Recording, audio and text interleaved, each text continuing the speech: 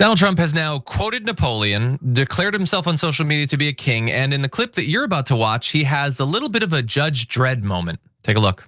The NCAA has complied immediately, by the way, that's good, but I understand Maine, is the Maine here, the governor of Maine? Down here. Are you not going to comply with it? I'm complying with state and federal laws. We are the federal law.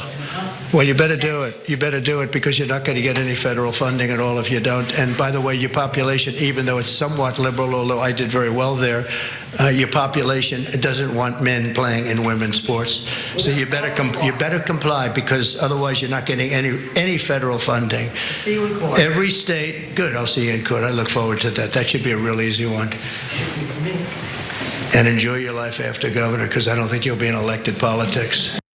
Okay, so some pretty clear threats there against Maine Democratic Governor Janet Mills. He's doing the threatening just on TV at a governor's dinner now. This is not behind closed doors. Evidently, she doesn't have any like pending bribery lawsuits against her that he can use as a weapon to cow her into submission.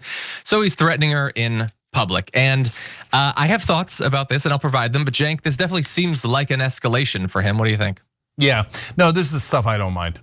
So if I was ever in a position to make a difference, I would bully the living crap out of other politicians to get policy passed for the American people. Now, of course, for Donald Trump, he cares less about that and a lot more about providing for his donors, providing for himself, et cetera. But I also like that Governor Janet Mills fought back. Goddamn right, I'll see you in court. Like there's no need to be a coward here. If he's punching, you punch back. Period. The part that I hate is threatening the people of Maine or any other state, blue, red, or otherwise. Oh, if your governor doesn't kiss my ass or do what I want, then I'm going to take money away from you, honest, and citizens of Maine who didn't do anything wrong. And so I like the underlying stuff and what he's driving at. I don't agree with, but stylistically, I know it bothers a lot of people, but that's what you need to do to get stuff done.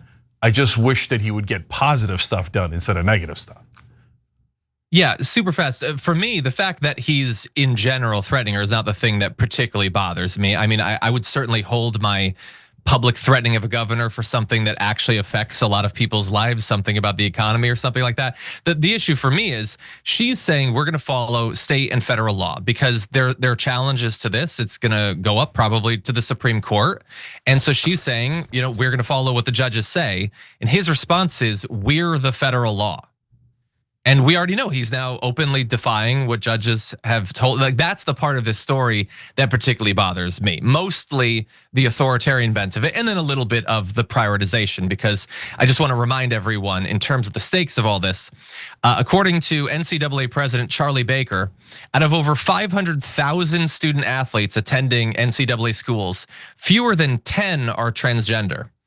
Which means that if you wanted to, in any article about trans NCAA players, you could just list all of them. You could profile everyone who's affected by this in each article about it, just to remind everyone what the president is threatening a governor over. To pull all of the funding out of a state, it's to stop these 10 players from participating in sports. So obviously the stakes are as high as they can be, Ryan. I love this. This is let the states decide until I say you can't decide on something. Whether it's abortion, whether it's him intervening in New York and the congestion pricing he wants. This is all a states' right thing. They want states' rights, and now they're getting it. They're getting pushback from governors. They're going to get it from other states too. We have a long 4 years in front of us. This is just the beginning of the tests of federalism that are all going to wind up in the Supreme Court, where they have to decide how much power this guy has inside of states to essentially determine their lives. And I love that this Mainer is pushing back. I know people in Maine; they're tough. They're just common sense, tough people. They don't like to be bullied, even though a lot of the guys have women's names. I think that there's a lot of, They do. It's just a fact, guys. Shirley, I know a Shirley there. It's a guy, and I know a Leslie, and it's a Maine thing. I don't know what's happening, but don't mess with the Mainers. But this is, I mean, I want to see. I think we're past this point anymore where, yeah, Cenk, stylistically, it's uncomfortable, but this is where we're at now, where states and the governors and leadership are going to have to test him every time he decides, I am the law, I am the king, I say what goes. That's where we're at. And it's all going to the courts. Yeah, right? Look, let me agree with John and Brian 100% on that. So first, the most important issue here, John is absolutely right, is when he says, I am the federal law. No, there is no one in this country that is the law. That's not how our system is built. Our Constitution says there are 3 co-equal branches of government and they work together to create the law. Congress passes the law, first of all. So in the beginning, the president doesn't even have anything to do with it. He does have to sign the law into effect and he has to execute the law. That is his role, and it's a really important role and the largest role, but it is not the sole role. So when the courts say you cannot do something, if you say I will, then we don't have the co-equal branches of government. We don't have our system. We literally don't have the Constitution anymore. He would make it null and void if he says the executive doesn't have to listen to the courts. Because if you don't have to listen to the courts, you can do literally anything you want. And you say, oh, well, you killed that guy, I'm gonna bring you to court. Good news, I'm not listening to the courts. So I'm totally and utterly lawless. And Trump has wanted that all along. I mean, we've now documented dozens of times where he's like, I went to North Korea. Everybody stands up for Kim Jong-un. It's beautiful. It's like great, and everybody always applauds everything he says. Yes, because he would murder them if they didn't. That's the part you're leaving out, right? So totally unacceptable, totally un-American. And guys, the underlying issues, if you're a conservative, this is not the way to do it. This is totally, you're going from really popular to really unpopular. Let me explain real quick. So first of all, congestion pricing, I didn't like it. I think that a lot of people in New York didn't like it. If all Trump did was cancel congestion pricing, it probably would have been a fairly popular move. Whether people on the left liked it or not, whether the Democratic governor or mayor liked it, it would have been popular. But he didn't leave it at that. He added, long live the king. Why are you talking about being the king in this thing? And Brian's right. What happened to states' rights? Conservatives the whole time like, no, states' rights, states' rights. Georgia has the right to peach cobbler and to own black people. Okay, but really it's about the peach cobbler. Is it? Is it? Okay, so that's what states' rights was about. Now all of a sudden when states' rights are inconvenient, nobody in Maine has any rights, nobody in New York has any rights, nobody anywhere has any rights because Donald Trump is the law, right? This is not America. Okay, and John makes a terrific point about the 10 people out of 500,000 college athletes, right? But there's 330 million people in the country. So I'll piss off the right and the left, okay?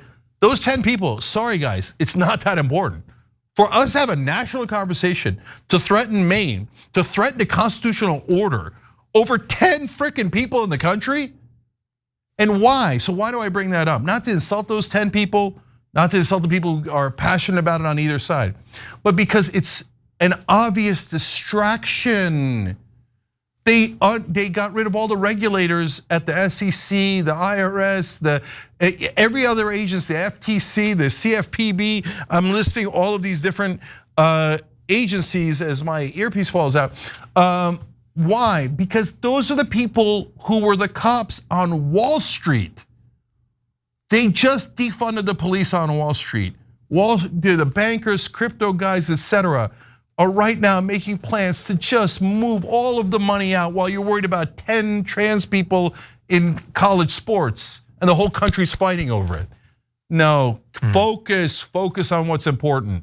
Yeah, obviously, I'm sure we have our disagreements about this. I agree that it's a distraction, but I don't want people to ever think that labeling it that means that it's not important. Something can be important, but it's still being used as a distraction.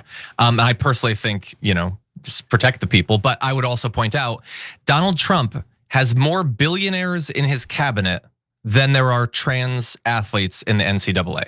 Wow, that's a stat. I mean, that's just something to think about. He has 30% more billionaires in his cabinet than there are trans athletes in the NCAA. So again, just something to consider. Thanks for watching the Young Turks, really appreciate it. Another way to show support is through YouTube memberships. You'll get to interact with us more. There's live chat emojis, badges. You've got emojis of me, Anna, John, JR. So those are super fun. But you also get playback of our exclusive member-only shows and specials right after they air. So all of that, all you gotta do is click that join button right underneath the video. Thank you.